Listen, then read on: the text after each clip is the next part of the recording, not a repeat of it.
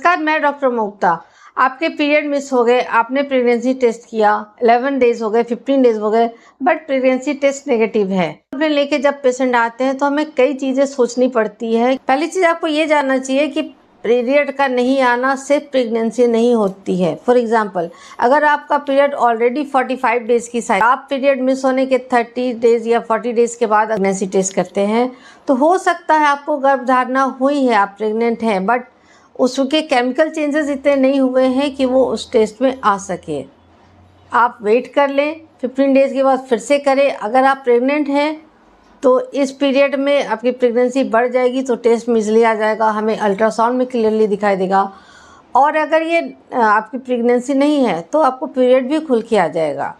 Second चीज़, अगर आपने अचानक से वेट बहुत ज़्यादा लूज़ किया है या वेट गेन किया है तो भी बहुत ज़्यादा डिस्टर्बेंस होती है, हमारा रस धातु को वहाँ इफेक्ट होता है और आपको पीरियड नहीं आते हैं। थर्ड, अचानक से एक्सरसाइज स्टार्ट करना, बहुत ज़्यादा एक्सरसाइज करना, रनिंग करना या कोई एथलेटिक इवेंट में भाग लेना, ये भी पीरियड के इरेगुलर होने का कारण बनता है और आपके पीरियड मिस हो जाएंगे। थायराइड ग्लैंड की डिस्टर्बेंस होना या प्रोलैक्टिन का डिस्टर्बेंस होना, ये भी एक कारण बनता है, जिसमें भी रस धातु की दुष्टि होती है और रस से ही स्तन और आर्तो बनते हैं।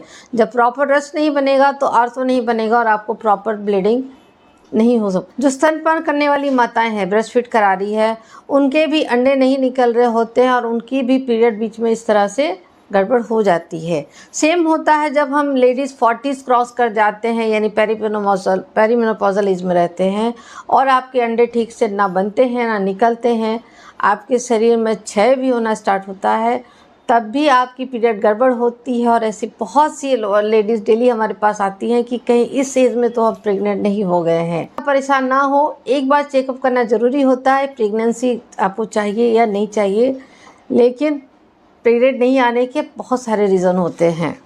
अगर आप किसी बीमारी की दवाइयाँ खा रहे हैं, जैसे ट्यूबरक्लोसिस खा रहे हैं या आपको जॉन्डिस हो गया या कोई फीवर हो गया है, तो भी बॉडी में बहुत सारे चेंजेस होते हैं जिसका इफ़ेक्ट हमारे पीरियड पर सबसे ज़्यादा पड़ता है।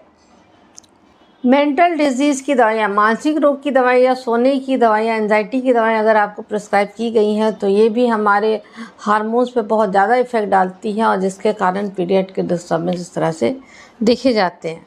एंड द लास्ट वन, आपका प्रेगनेंसी टेस्ट किट, अगर वो बहुत पुराना है, उसमें नहीं है, उसका ठीक से आपने स्टोरेज फार्मासिस्ट ने टेस्ट नहीं किया है, तो अर्ली मॉर्निंग सैंपल लेना होता है यूरिन के टेस्ट के लिए।